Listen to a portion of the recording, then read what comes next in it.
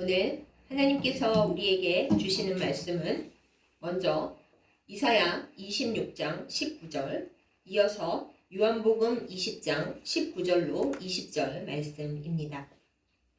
이사야 26장 19절, 구약성경 996페이지에 있습니다. 제가 받들어 읽겠습니다. 주의 죽은 자들은 살아나고 그들의 시체들은 일어나리이다. 티끌에 누운 자들아, 너희는 깨어 노래하라. 주의 이슬은 빛난 이슬이니 땅이 죽은 자들을 내어놓으리로다. 아멘. 이어서 요한복음 20장 19절로 20절 말씀입니다. 신약성경 184페이지에 있습니다. 제가 받들어 읽겠습니다. 이날 곧 안식 후 첫날 저녁 때에 제자들이 유대인들을 두려워하여 모인 곳에 문들을 닫았더니 예수께서 오사 가운데 서서 이르시되 너희에게 평강이 있을지어다. 이 말씀을 하시고 손과 옆구리를 보이시니 제자들이 주를 보고 기뻐하더라. 아멘. 기도하겠습니다. 참 좋으신 하나님 아버지, 기쁜 부활주의를 우리에게 선물로 주시고 이 시간 부활하신 우리 주 예수 그리스도에 관한 말씀을 나누게 하심에 감사드립니다. 모든 영광을 아버지 하나님께 돌리오니 우리가 우리 주 예수 그리스도의 부활 소식을 진정으로 믿으며 진정으로 기뻐하도록 몸과 마음을 활짝 열어 주시옵소서. 예수님의 이름으로 간절히 기도드렸사옵나이다. 아멘. 봄은 생명이 새롭게 시작되는 계절입니다. 요즘 봄비가 자주 오고 있는데 그때마다 새싹들이 파릇파릇 돋아 올라오는 것을 보게 됩니다. 그래서 예수님도 봄을 부활의 계절로 정하신 거 아닌가 하는 생각을 하게 됩니다. 뭐 꼭 그런 건 아니고요. 네, 이스라엘의 유월절이 이때쯤입니다. 그리고 예수님께서 유월절 어린 양이 되셨고 그리고 유월절이 지난 후에 부활하셨기 때문에 봄이 된 거죠. 그래서 이스라엘의 유월절과 우리의 부활주일이 거의 같은 즈음에 있다고 알아주시면 좋을 것 같습니다. 오늘 우리는 말씀을 보면서 생각을 합니다. 예수님께서 부활하셨다는 것이 우리 기독교 신앙의 핵심이고 우리가 우리 주 예수 그리스도를 믿는 중요한 이유가 되는데 그러나 우리의 마음속에 우리의 삶 속에 진정한 부활 신앙이 있는가 하는 것을 생각하게 됩니다. 여러분은 어떠십니까? 봄에 새싹이 돋아 올라올 때 땅속에 묻혀 잠들어 있던 씨앗이 여전히 생명력을 가지고 있어서 봄에 움트는구나 이렇게 생각을 하시죠. 그것에 대해서는 우리가 전혀 의심하지 않습니다. 생명의 원리이기 때문입니다. 그러나 예수님께서 죽은 자들 가운데서 살아나셔서 잠자는 자들의 첫 열매가 되시고 또한 그 예수님을 믿는 우리에게도 새 생명을 주신다라는 이 기쁘고 놀라운 부활 신앙에 대해서 진정 우리가 믿고 있는가 우리의 가슴에 대고 물어보고 우리의 삶에 대해 질문해 보자면 과연 나에게 부활 신앙이 있는가? 우리는 부끄러움을 가질 수밖에 없게 됩니다. 사랑하는 여러분, 이 기쁜 부활주일에 우리 주 예수 그리스도의 부활을 기뻐하며 축하하는 가운데 여러분께 여쭈어 봅니다. 여러분의 마음속에, 여러분의 삶 속에 진정한 부활 신앙이 있으신가요? 어떤 분은 이렇게 답하실 것입니다. 사실 제가 책을 읽어보고 성경 공부를 하다 보니까 구약 성경에는 부활 사상이 전혀 없더라고요. 그거 역사의 중간쯤에 이스라엘 백성들이 새롭게 만들어낸 거 아닙니까? 이렇게 말씀하는 역사 신학자들도 꽤 계시고 성경 신학자들도 꽤 계셔서 순수하게 부활을 믿고 싶은 우리의 마음에 금이 가게 하는 경우도 간혹 있습니다. 그러나 그렇게 복잡하게 생각을 할 것이 아니라 우리는 말씀 가운데서 하나님께서 주신 약속과 또한 그 약속을 이루신 우리 주 예수 그리스도를 붙드는 것이 맞습니다. 그것이 믿음이죠. 그래서 우리가 깨닫게 되는 건 구약 성경에 진짜 부활 신앙이 없는가? 아닙니다. 네, 아니라는 것을 우리가 오늘 말씀 중에 보게 될 것입니다. 오늘 두 가지 말씀 본문을 함께 나누었는데 먼저 함께 나눈 본문 이사야 26장 19절 말씀은 다니엘 12장과 더불어서 구약 성경에서 죽은 자들의 부활에 대해 확실하게 증언하고 있는 매우 드문 귀한 구절입니다. 구약 성경에 부활 사상이 없다? 이렇게 얘기하고 잘못 전하는 사람들에게 여러분과 저는 분명히 담대하게 대답해 주어야 합니다. 분명히 구약 성경에도 하나님께서 주신 부활 약속이 있다고요. 그것을 확실히 보여주는 본문이 바로 오늘의 이 말씀입니다. 그러면 우리가 잠깐 이 말씀 내용을 찾아보도록 할까요? 이사야 26장 말씀은 이사야 선지자 혹은 그 당대의 선지자들이 하나님께서 주신 부활 신앙에 대한 그 예언을 잘 기록해 놓은 본문입니다. 그런데 그게 딱 그냥 일방적으로 부활한다 이렇게 써 있지는 않고 매우 시적이고 아름다운 문장으로 되어 있습니다. 그리고 우리에게 그 말씀의 해석이 살짝 필요합니다. 짧은 말씀이지만 깊은 의미를 담고 있는 이 본문을 함께 보도록 하겠습니다. 먼저 선지자가 이렇게 선포합니다. 주의 죽은 자들은 살아나고 그들의 시체들은 일어나리이다. 그러면은 주의 죽은 자들은 뭡니까? 그냥 죽은 자들은 안 되는 겁니까? 예, 구할 때에 우리 모두는 살아 일어나게 될 것입니다. 하나님 안에서 믿음을 가지고 죽은 이들도 또 하나님을 믿지 않고 그냥 세상에서 마음대로 고집부리며 살다가 죽은 이들도 일단 일어나기는 일어날 거예요. 하지만 부활의 형태가 다릅니다. 오늘 말씀에 있는 그대로 주의 죽은 자들, 그러니까 주님 안에서 믿음을 가지고 주님을 잘 따르면서 살다가 이 세상을 떠나간 사람들은 주님 안에서 깰 것입니다. 이게 뭐가 다른지 아시겠어요? 주님 안에서 있다가 주님 안에서 깨어나는 사람들은 부활이 기쁨이고 완성이고 영원한 삶으로 들어가는 것입니다. 우리가 죽은 후에 부활을 완벽하게 경험할 때까지 어떤 상태로 있느냐에 대해서 참으로 많은 성경학자들의 해석이 있습니다. 잠깐 잠들어 있는 거다. 그때는 시간 속에 있지 않기 때문에 우리는 모르는 채로 있다. 또 우리 교단의 신학으로는 일단 우리가 죽는 순간 주님의 품에 안겨 있다가 마지막 구할 때 심판을 받으러 일어난다. 이렇게 여러 가지 설이 있어요. 솔직히 우리는 확실히는 잘 모릅니다. 그것을 경험하지 않았고 경험하신 분들은 우리에게 돌아와서 알려주시지 않기 때문에 알 수 없으나 오늘 본문에서 우리에게 확실히 알려주는 것이 있습니다. 주의 죽은 자들, 주님 품 안에서 세상을 떠난 사람들은 일어나는데 진정한 완벽한 행복한 기쁨의 부활로 일어난다라는 것입니다. 그러니 주를 믿지 않고 죽은 자들은 주의 죽은 자들이 될 수가 없는 거죠. 그냥 죽은 자들인 거고 그들이 깨어난다 할지라도 그것은 심판 앞에 서는 것이 될 것입니다.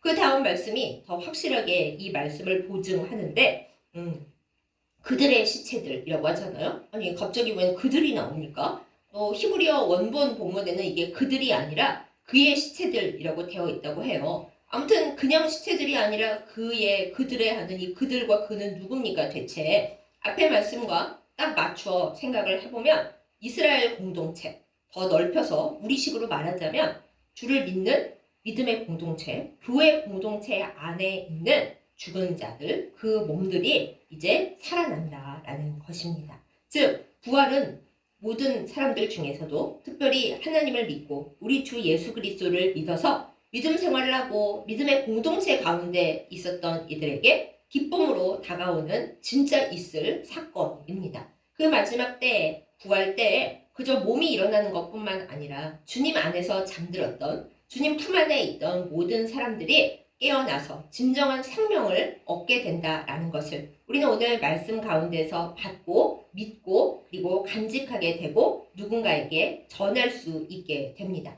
그럼 이어지는 구절을 또 보도록 하겠습니다. 티끌에 누운 자들아 라는 표현이 나오죠. 이 티끌에 누운 자들이라는 말은 구약 성경에 종종 나옵니다. 다니엘서 12장에도 함께 나옵니다. 아주 간단한 이야기예요. 티끌이 뭡니까? 먼지, 흙, 하여튼 이 땅에 있는 흩어져 없어지는 그 물질들을 말합니다. 거기에 누워있는 자들이란 이제 다 이 세상에서의 생명을 다하고 흙으로 돌아간 자들. 하나님께서 아담에게 말씀하실 때 너는 흙이니 흙으로 돌아갈 거다 하셨잖아요. 그 이후로 아담의 모든 자손들은 하나님을 믿은 사람들조차도 일단 이 세상에서 죽음을 맞이하면 티끌에 눕게 됩니다. 즉 땅으로 돌아간다라는 뜻이에요. 그런데 오늘 말씀은 티끌에 누운 자들에게 절망을 말하지 않습니다. 뭐라고 얘기합니까? 깨어 노래하라. 라고 얘기합니다. 티끌에 누워서 티끌로 끝난 것이 아니라 이제 깨어난다라는 거예요. 마치 씨앗이 티끌 속에, 땅 속에 묻혀 있다가 잠들어 있다가 몇백 년, 몇천 년이 지난 후에라도 깨어나서 적당한 조건을 만나면은 새싹이 돋고 꽃이 피듯이 우리의 생명 또한 하나님 안에서 그렇다라는 것입니다. 우리가 티끌에 누워 있을지라도 죽어서 이 세상에서의 삶이 끝날지라도 하나님 품 안에 있으며 하나님께서 주신 그 때가 되면 깨어서 노래하게 될 것입니다. 이것이 바로 부활의 큰 은혜입니다. 아, 내가 깨어났는데 하나님께서 딱 앞에 서셔서 야, 너는 심판받아서 이제 영원한 지옥으로 갈 거야. 그러신다면 대체 깨어 일어나는 게 무슨 의미가 있겠습니까? 그냥 티끌에 누워있는 게 낫죠. 그러나 주님은 그렇게 말씀하시지 않았습니다. 티끌에 누워있는 너희, 그러나 내 품에 있는 너희는 일어나서 깨어서 노래하라 라고 선지자를 통해 말씀을 주십니다. 사랑하는 여러분, 이 부활주일에 우리는 이 말씀을 통하여 확실하게 깨닫게 됩니다. 우리의 부활은 깨어서 하나님을 찬양하고 이 부활하여 영생을 얻게 된 기쁨을 노래하는 사건이라는 것을 말입니다.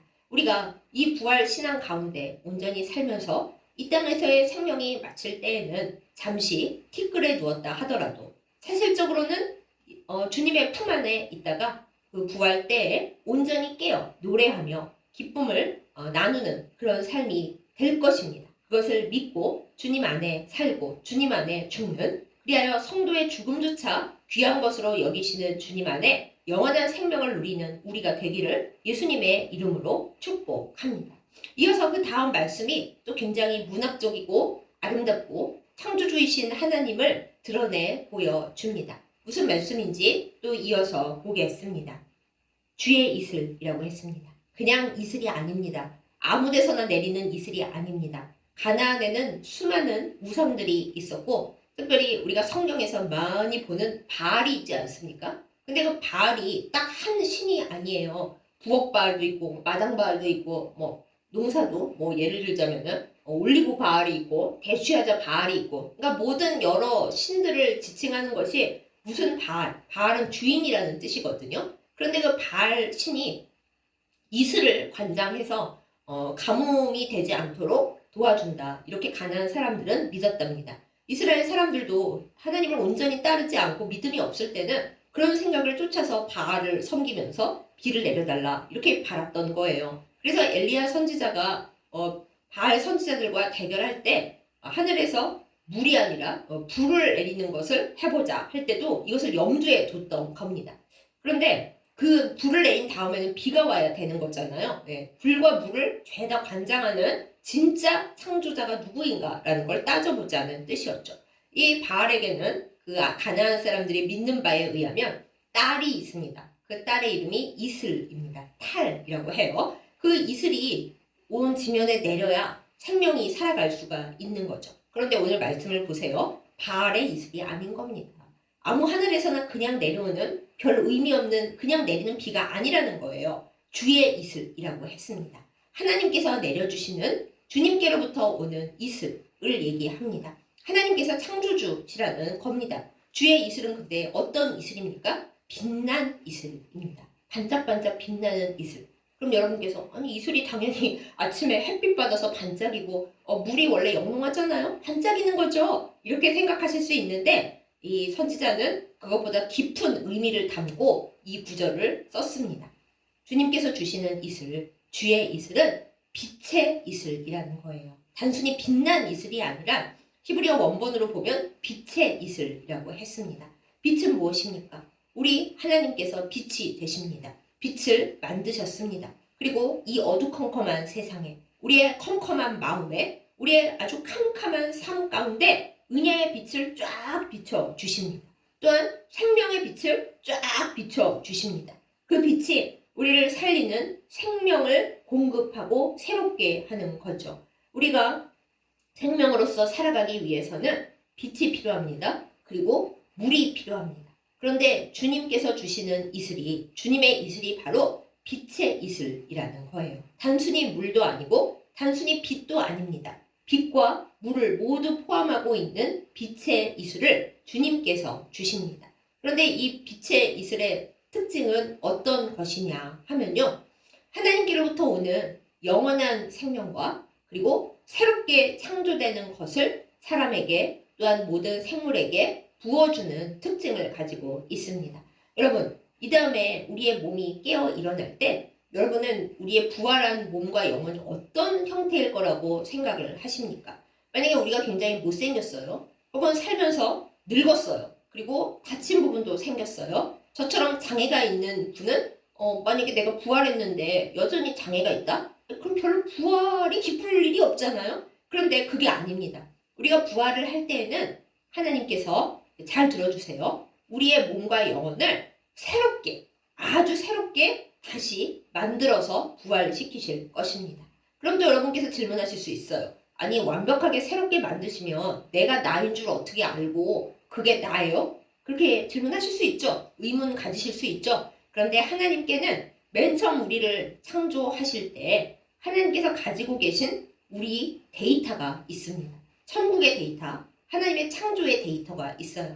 그런데 이 세상에 살면서 우리가 죄를 지었고 또 우리가 안 지었더라도 세상의 환경과 여러 어려움과 밖의 공격, 사단의 공격으로 인해서 망가지고 더러워졌죠. 세월을 사느라 우리의 몸이 나이가 들고 망가지고 또 여러 가지 아픔들이 있습니다. 그렇기 때문에 우리가 이 세상에서 살아가는 이 육신과 이 영혼으로 다시 부활하잖아요. 그러면 아무리 애써봤자 하나님이 생각하시는 가장 아름다운 형태, 가장 아름다운 내가 될 수가 없는 거예요. 그걸 아시는 하나님께서 우리의 근원적인 것, 우리의 본질적인 것, 하나님께서 우리를 창조를 하시려고 생각하실 때 나라고 남겨져 있는 그것을 쫙 가지고 계시면서 우리의 몸과 영혼을 부활체로 새롭게 일으키실 때에는 지금의 이 몸과 이 영혼이 아니라 주님께서 생각하시는 온전한 나, 우리가 생각하기에 내가 이렇게 저렇게 예뻤으면 좋겠다. 이렇게 저렇게 영혼이 아름답고 하나님 사랑하고 이웃 사랑하는 그런 영혼이었으면 좋겠다. 생각하는 그 이상적인 모습이 있잖아요.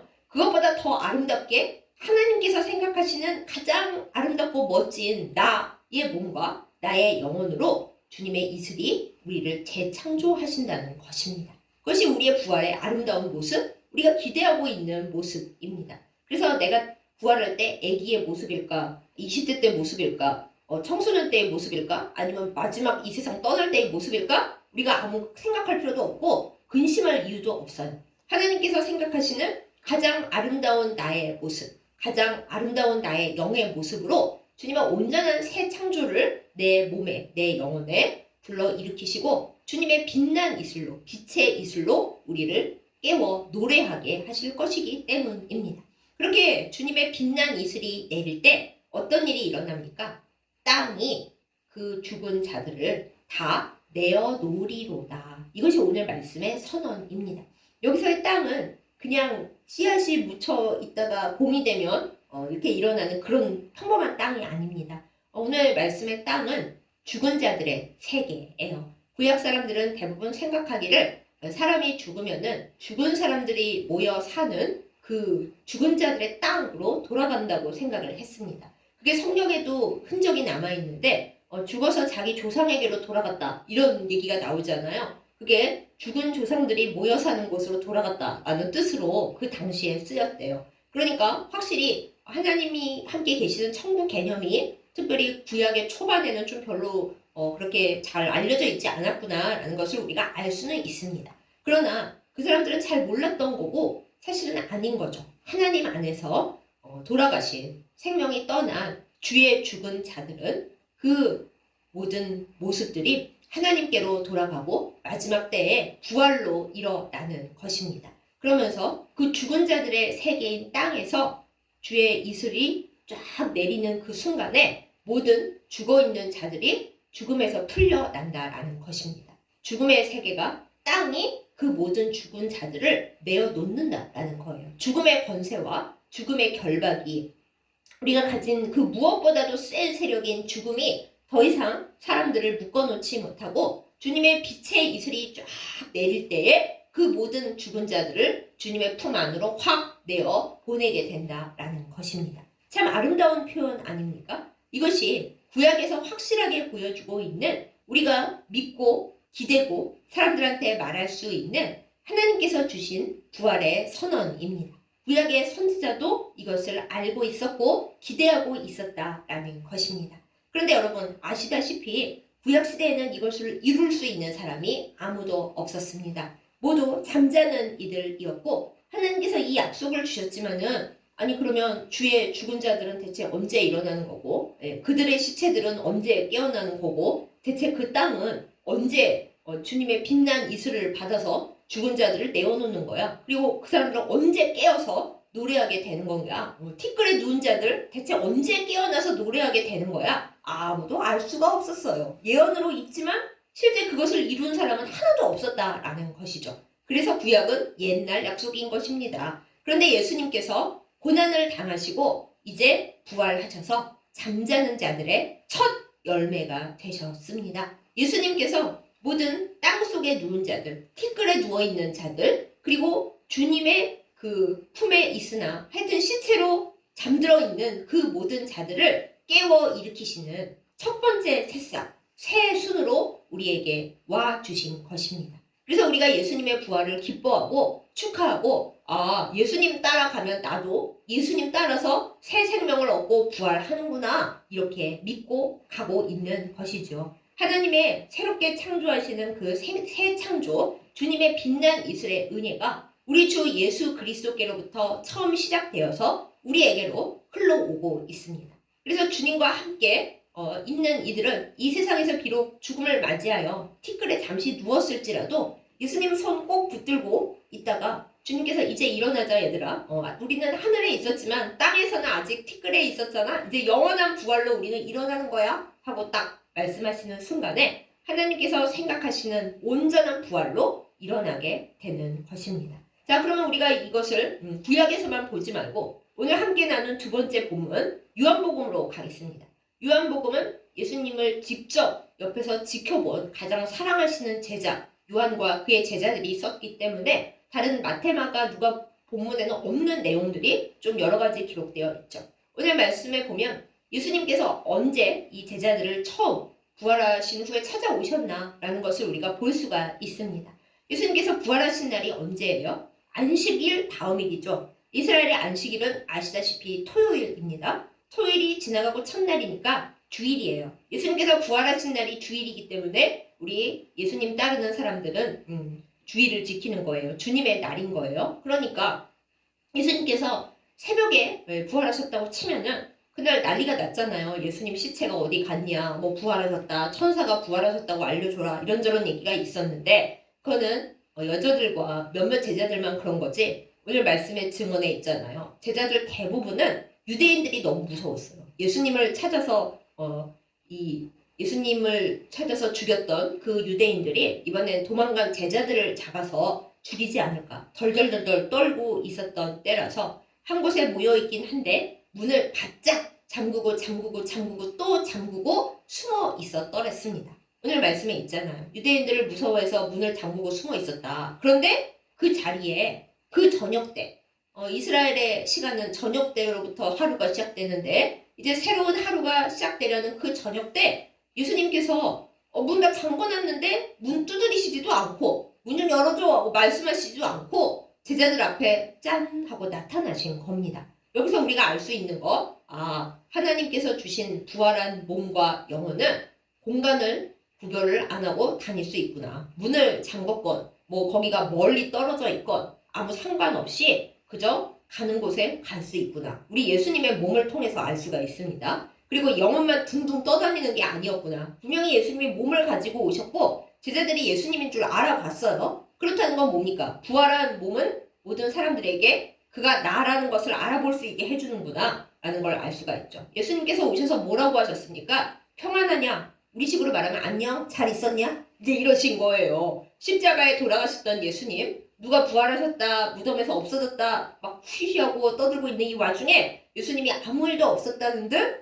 잠겨있는 집 안으로 쓱 오셔서 얘들아 안녕? 잘 있었니? 이렇게 인사하셨다라는 것입니다. 제자들이 유령인가? 우리가 단체로 환각을 보고 있는 걸까? 하고서 막 이상하게 여겼겠죠. 그래서 예수님께서 확실하게 본인이라는 것을 증명해 보이십니다. 어떻게요? 오늘 말씀에 있죠. 그 손과 그 옆구리를 직접 보여주셨다라는 거예요. 옷을 펼치고 야, 내 옆구리 봐봐. 여기 그때 못자국, 창자국, 채찍자국 있는 거 여기 남아있지? 다 보이지? 라고 말씀을 하시고 손도 보여주시면서 그 손에 붉은 못을 쳐서 십자가에 박았잖아요. 그 두꺼운 못자국이 남아있는 손을 보여주시면서 나야. 유령 아니야. 너희가 단체로 헛것 보는 것도 아니야. 만져봐. 이렇게 말씀을 하셨다라는 것입니다. 그럼 이제 여기서 우리가 또 질문이 하나 생깁니다. 아니, 하나님께서 부활한 몸과 영혼은 가장 아름답게 해주신다고 하셨는데 흉터가 그냥 살아있으면 그거 어떻게 해요?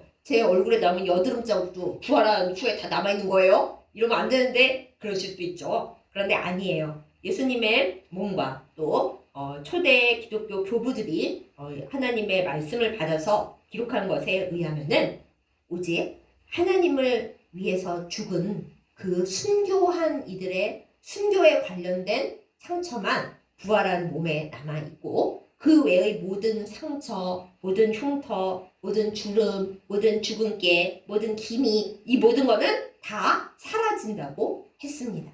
그러면은 이왕이면 그 순교 흉터도 남겨주시지 말고 그냥 다 없애주시지요?